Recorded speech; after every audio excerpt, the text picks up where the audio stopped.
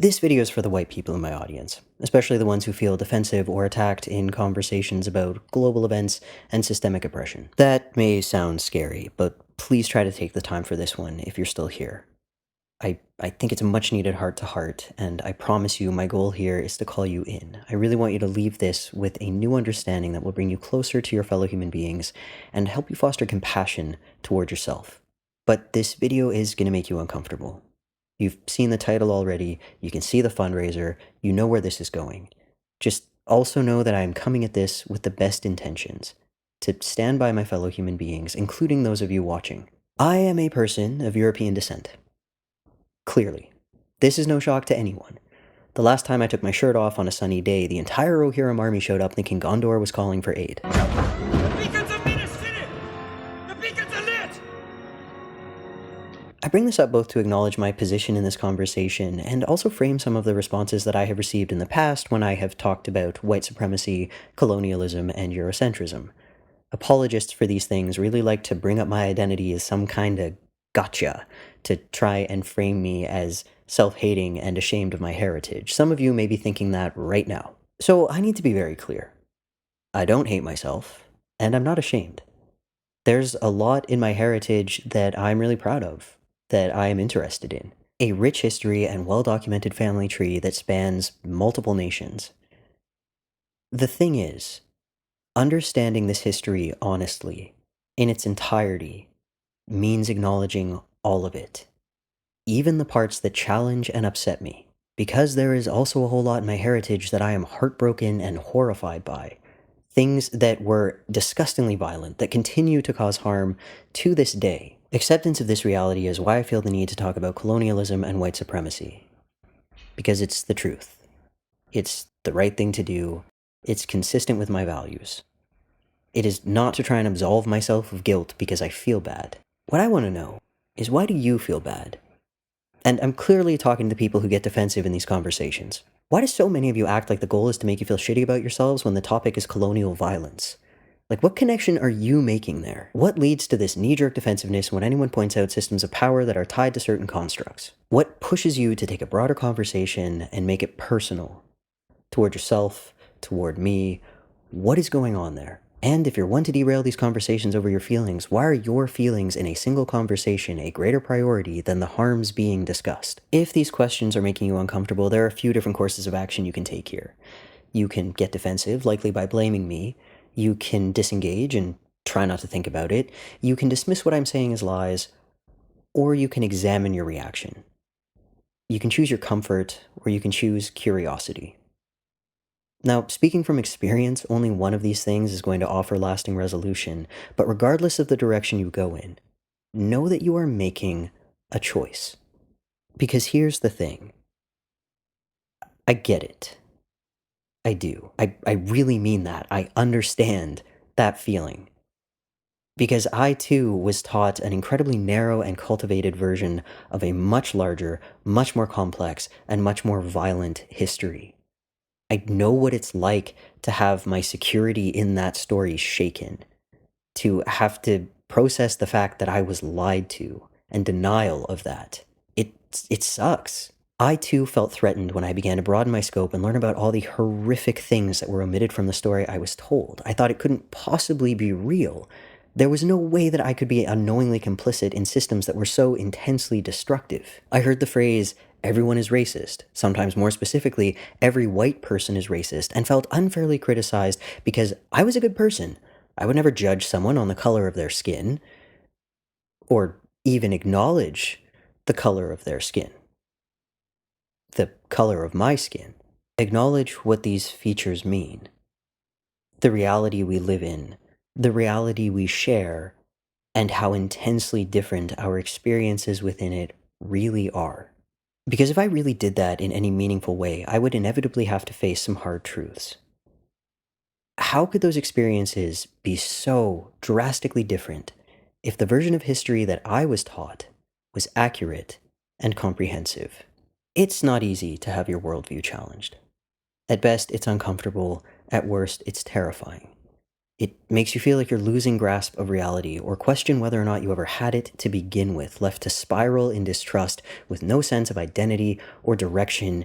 Confronted in this way, many people will dismiss the confrontation itself before they would ever dream of examining the internal conflict it creates and its implications for other human beings. Many might try to mask their denial by rationalizing. I know I did.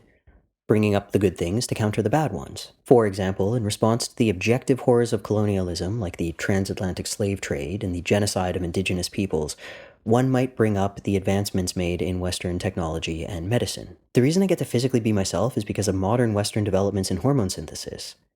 And the reason that being myself is a constant struggle for my basic humanity and rights is because of Western colonialism, Christianity, and patriarchy. These are two sides of the same coin. But it is true that these advancements have been life-saving to a great many people. And it is equally as true that these advancements were made at unnecessary cost to a great many others, particularly those who are black and brown. People who were and continue to be exploited, experimented on, and violently dehumanized to make sure various procedures, medications, and technologies are safe and available for white Europeans. Services that are now inaccessible to many of the people who need them regardless of race, thanks to capitalism. One such example would be the mothers of gynaecology, the enslaved black women experimented on by J. Marion Sims in the mid to late 1800s. Only 3 of his victims, Anarcha, Betsy, and Lucy, are known by name. But there were countless others. Women subjected to experimental surgical procedures, often without anesthetic, and always without consent. This lay the groundwork for modern gynecology practices still in use today. Or we could look at the Tuskegee syphilis study that ran between the 1930s and 1970s. A study wherein hundreds of black men in Alabama were left with untreated syphilis despite the availability of penicillin, just to see what would happen. All the while, these men were told they were receiving treatment while their bodies succumbed to this highly treatable disease. In the 1940s and 1950s, the branch of the Canadian government, now known as Health Canada, conducted a series of nutrition experiments on Indigenous children in residential schools. Many of these children died as a direct result. Notable sponsors of this federally approved abuse and murder of children include the Royal Canadian Air Force and Hudson's Bay Company. The reason we have the birth control pill goes back to the unethical exploits of U.S. suffragettes Margaret Sanger and Catherine McCormick, who along with Dr. Gregory Pincus orchestrated experimental trials on Puerto Rican women in the 1950s. These women were told they were taking safe, previously tested medication, not knowing they were the first human trials for an unregulated substance. The goal was simply to prove its efficacy regardless of human cost. At least 3 deaths occurred and were never investigated during this initial trial. The second round of experimentation was performed again without consent on men and women being held in mental asylums. These are only a few examples of many, but they share a chilling truth that many of us in the global north are denied. That these violations were performed knowingly and intentionally. Ignorance is no excuse, but there's not even plausible deniability on those grounds. All of this went back to a false sense of superiority and dehumanization of the people being hurt. What I need you to take away from this is willingness to learn more, and recognition of the fact that reverence in Western institutions are themselves examples of white privilege. Because we don't have the cultural trauma and oral history that sows completely justified distrust and forces us to know better. What about modern technology? Innovation? I see that. It would be a lot easier to appreciate without all the environmental destruction and microplastics in my body, but I'm not about to pretend that communications and transport technology don't have benefits. I'm recording this on an iPhone, I'm going to edit it on a MacBook. Apple, along with Google, Tesla, and other tech giants, just had a child labor case against them thrown out by the US federal court. Many of the current atrocities in the Democratic Republic of Congo go back to its rich cobalt reserves. This mineral is used to create engines, alloys, and the rechargeable batteries that power our phones and computers. Needless to say, demands for it are high in the global north. While these companies evade responsibility by having unaffiliated suppliers play buffer between themselves and the Congolese people they're exploiting, it is their demands, our demands, driving that exploitation. The creation of these tech companies relied on stealing and destroying the ancestral territories of countless nations, and they continue to enable death and destruction beyond our borders. Child slavery so we can have our favorite foods, destruction of the natural world so we can have our industries, human lives lost so that we can have the technology necessary to survive under this very capitalistic system that enabled all of the death and destruction in the first place. The ongoing conflict and displacement of millions of people in Sudan are a direct result of British colonization destabilizing and impoverishing the region. I implore you to learn more by following the source links in the description.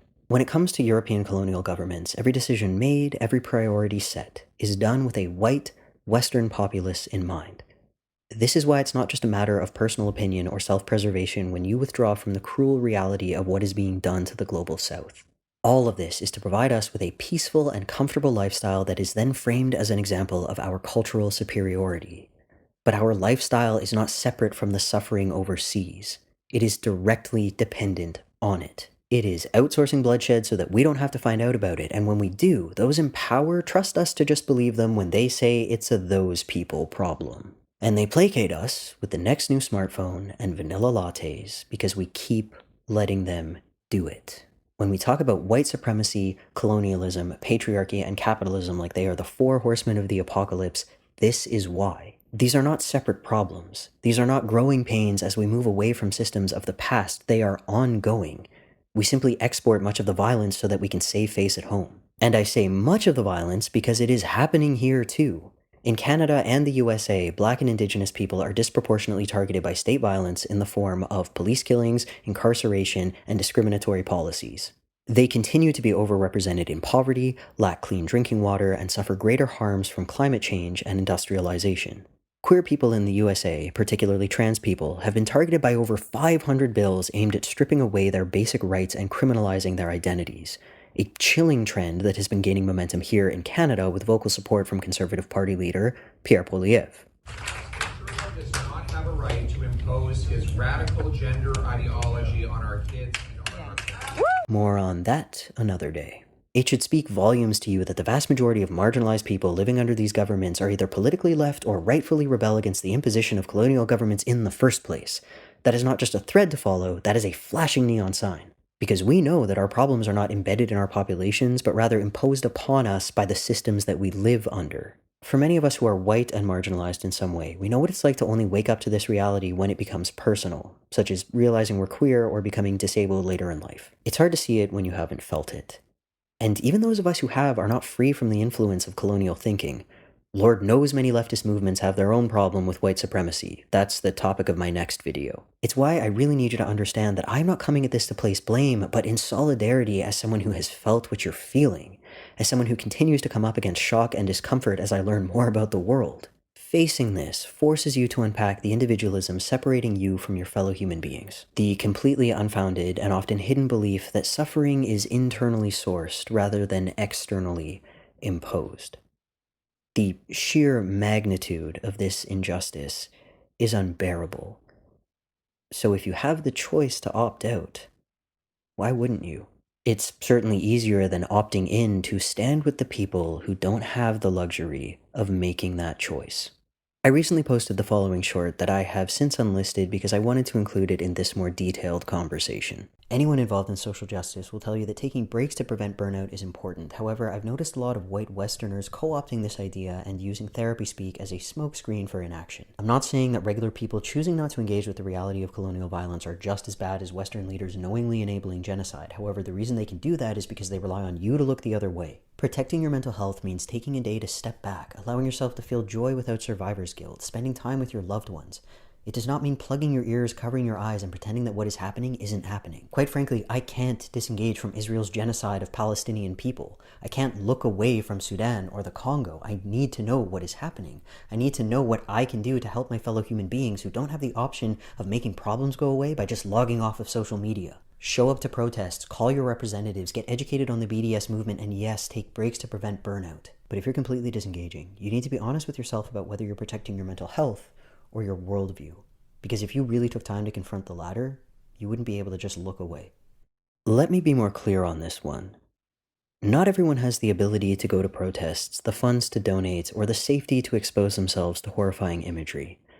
But I'm talking to those of you who do, and you know who you are. Not taking on things you literally can't is different from choosing to disengage. The guilt you bury while you sip your Starbucks and watch your Disney Plus betrays this. The defensiveness you feel as you scoff at people drawing these connections betrays this. The rhetorical reduction of these criticisms to hypersensitivity and virtue signaling betrays this. This idea that taking a stand against colonial violence is just the current thing is a means of silencing and dismissing dissent. I really want you to ask yourself if you have ever seen criticism of systemic oppression engaged with honestly rather than just dismissed as overly sensitive or outright silenced. Those of us speaking out are doing so because injustice must be confronted. It is not fun, it is not personally rewarding, because that's not the point. It is simply the right thing to do if we are to ensure a future for this planet and the life it fosters.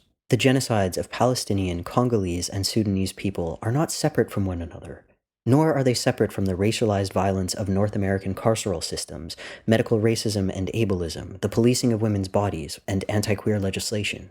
The targets may be different, but the machine of Western imperialism selecting them is the same, and it will carry on as long as we fail to recognize that. Colonialism did not simply happen in the past, it is happening right now. We are witnessing horrific violence for the sake of Western comfort in the Congo and slaughter for the sake of European and US territory expansion in Palestine. Often, when I try to have this discussion with other white people, they fall back on the argument that human history is one of conflict and violence. And true as this may be, this is deflection. Because as long as there has been conflict, there have been people pushing to end it, for liberation, for something better. Where is recognition of this feature inherent in humanity? Where is recognition of the fact that it was those movements that enacted social changes that improved the human condition? You have the choice to prioritize our violent nature or our kindness, and you choose the former. Does that not also make you uncomfortable? When we choose kindness and consciousness, we can engage with colonialism honestly. Western education systems make a point of only giving us the polished, revisionist version. They do this to foster that very pride in one's heritage that I mentioned at the beginning of this discussion. What they don't tell us is that simply having this history is a privilege denied to so many Black and brown people because of the very same system that preserved it for us. Entire families violently erased, thousands of years of culture destroyed or fighting to make a comeback in this era of mass gaslighting, denial, and willful ignorance.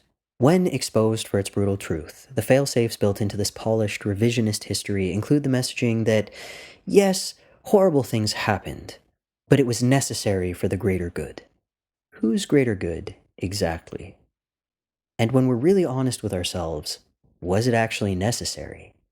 Like, why do we just accept this at face value? And why do we believe that this is even our decision to make? These costs were not inevitable consequences. They were born out of convenience, a false sense of superiority, and dehumanization. If you genuinely believe that people didn't know better at the time, I implore you to examine your understanding of people, because this reasoning implies that the ones being harmed aren't included in your definition.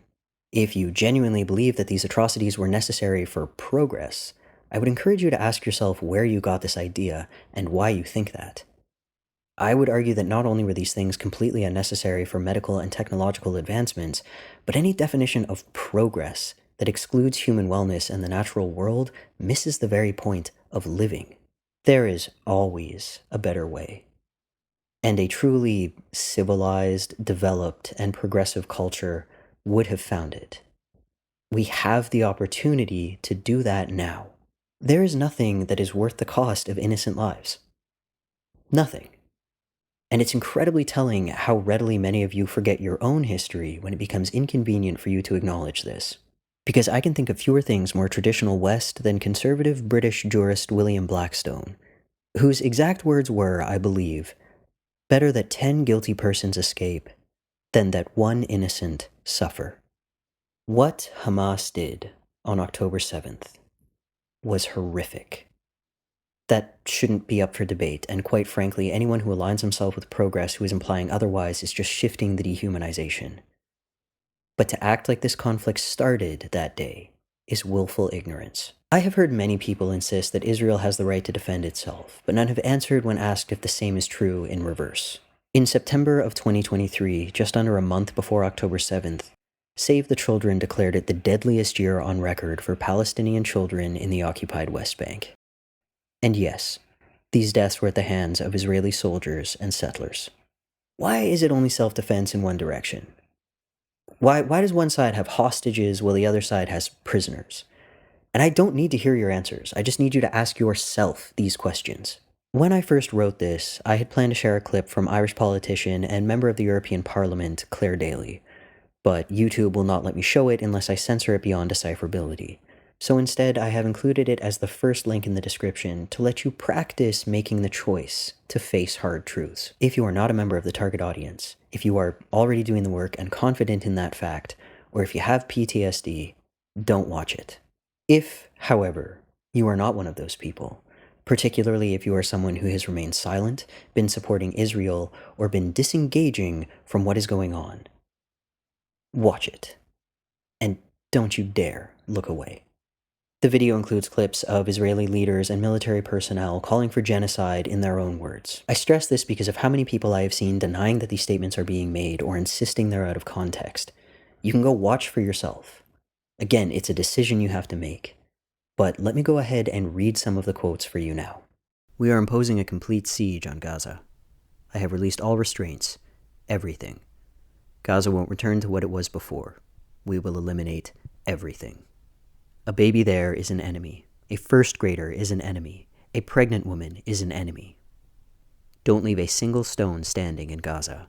Gaza needs to turn into Dresden. It's an entire nation that is responsible. We are now actually rolling out the Nakba of Gaza. I'd flatten Gaza. No sentiments.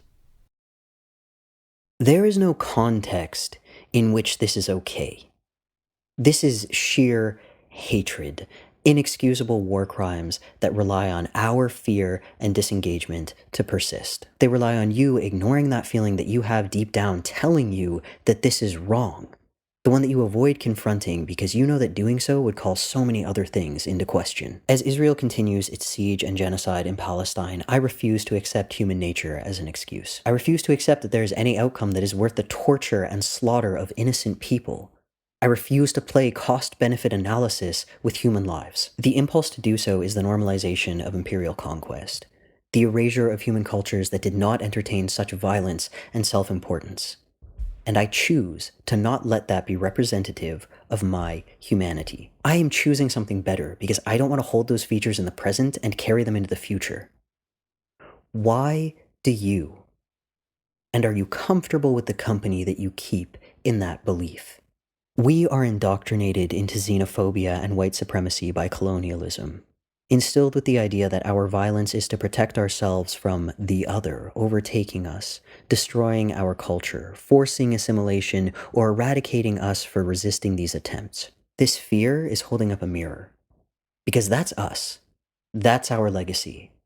And the people in the global south who would now celebrate our demise do so in memory of the loved ones that we have slaughtered. What if they do to us what we've already done to them is not the argument that you think it is. It is simply exposing the fear tactics used to keep us complicit. It is agonizing having to face the fact that in our conditioned fear, we have become the very monster that we are so afraid of. But facing it is the only option if we truly want to end the violence. Earlier in this discussion, I used the phrase unknowingly complicit for good reason.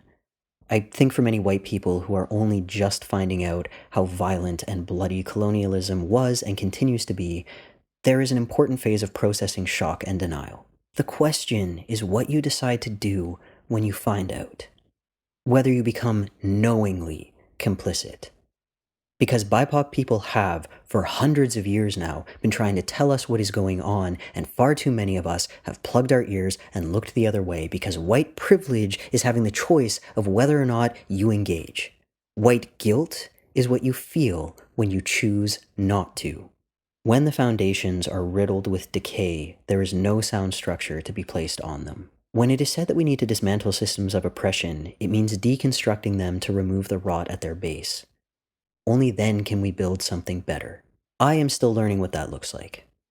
But I do know that it starts with recognizing the need to come together and do the work. It starts with the decision to see what is happening, really see it, without giving into the impulse to look away and act like you're separate from this because you're not. None of us are. And we become strong enough to do something about it when we recognize that unity. If part of the reason you look away is not knowing what you can do, you underestimate the power of consciousness. It can be hard to wrap our brains around the fact that change is often achieved in continuing the hard conversations. Sometimes we get kind of caught up on the idea that there is an end goal. We miss the value of the conversation itself. It is by no means all we need, but it is a pretty important part of the process. And we need to be honest with ourselves about what we're protecting when we opt out of the discussion. Is your self-image, your lifestyle, really more important than people's very lives? Is it the truth you're protecting or your comfort in the face of a challenging reality? When we, as European people or people of European descent, really begin to unpack colonial brainwashing, we free ourselves from this idea of the other. It is not simply a sense of responsibility on the grounds of heritage. It is recognition of the fact that every human being is valuable, that our discomfort and disengagement from these conversations is a defense mechanism for a violent system. That discomfort is because your belief that you're better than that is being challenged. So now is your chance to prove it. Do not be complicit. Free Palestine. Mr. Cooper, if you think that I can have freedom, but you can't because you're short, or you're tall, or you're gay, or fat, or thin, or pretty, or plain, but I can have it because not by anything I've earned. I just was born white, or I was born pretty. Then you're just stupid. The truth is, no one of us can be free until everybody is free. And every one of us needs to say to our children, children, this is your world. Come out, stand out, earn it.